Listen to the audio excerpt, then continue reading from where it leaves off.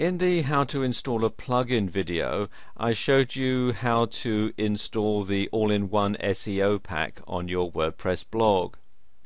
One thing I didn't cover in that video was how to enable and configure the plugin, because that's quite an involved subject, and I'm going to cover that in this video.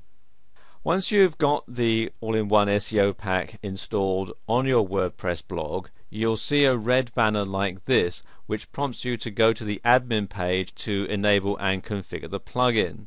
So let's do that now. Just click on the link here to take me to the admin page, and it takes you to this page here. And if you use the all-in-one SEO pack on a regular basis, then they ask you to make a donation, as I covered in the other video. Okay, first thing to do is to alter the home title, and this is the meta title of your home page, and this will be the title that all users are going to see in their browsers, and it'll replace this bit up in the top here. Now, a lot of people get the title wrong. They stuff it full of keywords and think that that will help them for SEO purposes, whereas in fact nothing could be further from the truth. You want to make your title something that's readable and something that's going to catch people's eyes when they're doing a search in Google. So you want to think carefully about your title. It should have some keywords in it, but it shouldn't be just a whole load of keywords. And what I'm going to do here, I've got a document with some information in that I'm just going to copy and paste into the SEO pack page here. So I'm just going to copy this. You can just copy that to my computer's clipboard, and this is the title that I'm going to have for this blog, Sans blog, a source of WordPress tuition. Now you've got the home description. Now the description is also sometimes known as a meta description, and it's for the search engine, and it's what people will see when your blog is listed in Google or the other search engines. And you can see what I'm talking about here. Let's say I had a blog in the dog niche, then the description is going to be this bit here underneath the title. We've got the title, and then here you can see we've got the description, and this is the description that I'm going to use.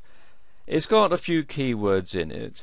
Now, one thing that you need to bear in mind with this description is you're limited to 160 characters. If you put more than 160 characters into the description, then the search engines will cut it off at 160 characters. So you want to keep it under that so that people can read your entire description without it being truncated. With the description, it's often trial and error to see what works and what doesn't. So you may in time have to go back and change your description to get a better result if you find that the first one doesn't work as well as it should do. But the thing about using the all-in-one SEO pack is it's very easy to come back to this page and make any changes. Let's scroll down a bit here, and the next box here is your keywords, the keywords that you want for your home page, the keywords that you want for the subject that your blog is covering. So I'm just going to paste some in here.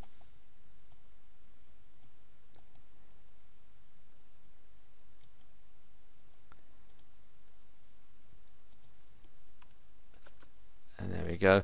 Keyword research is quite an involved subject, and it's beyond the scope of this video, but you do want to do a lot of keyword research to make sure that you've got the right keywords for your blog. When you enter them in here, you simply put them in with commas but not spaces in between.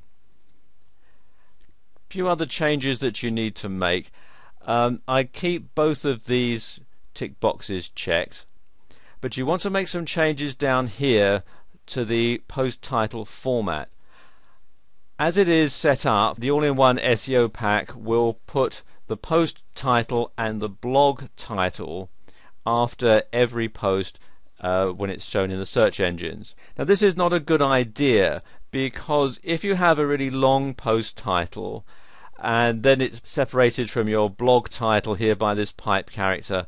It can make things very long indeed, and the search engines may truncate it, and it could be distracting and could put people off from visiting your blog. So what you want to do is to delete this last bit, the pipe character where it says percentage blog underscore title and then the percentage sign again.